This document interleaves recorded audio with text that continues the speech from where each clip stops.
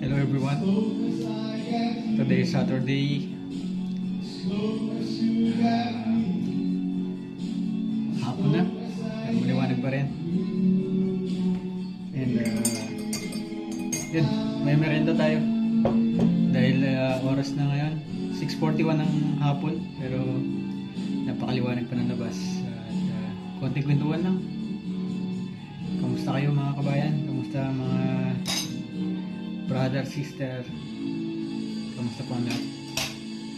And sa nagdaang mga araw, nagdaang linggo, buwan, napakarami na nangyari, no?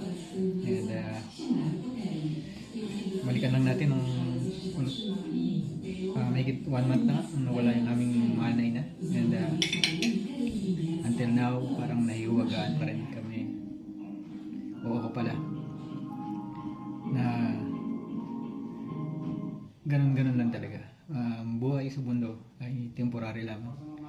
At may mga pagkakataon na talagang even na mahal na mahal natin yung isang tao ay nawawala. Dahil yun na talaga yung hangganan niya. Pero ayun nga, hindi tayo nawawala ng pag-asa at sa Diyos tayo umaasa. Umuhugot ng lakas at ng titiwala tayo sa Diyos. Everything that happens for a reason, ano? And all things work together for good for those who love the Lord. Sabi na Romans 8:28 na. Kaya walang bagay na nangyari sa ating buhay na walang dahilan. Kundi merong dahilan, may tinuturo, merong bagay na dapat nating matutunan. At dapat nating unawain na anumang sitwasyon ng buhay, makakaya natin yan dahil kasama natin ang Diyos.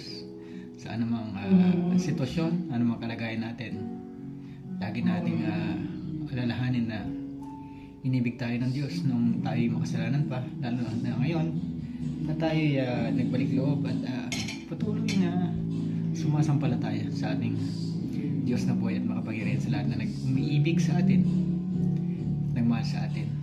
At even ikaw kapatid, mahal ka ng Diyos at mahal tayo ng Diyos, kaya panghawakan natin yung ating pananampalataya, yung ating faith sa ating Panginoon. Jesus loves you. Jesus loves us. God bless you mga kapatid. God bless everyone. Thank you. His brother Edbert, and magpalain kayo ng Diyos.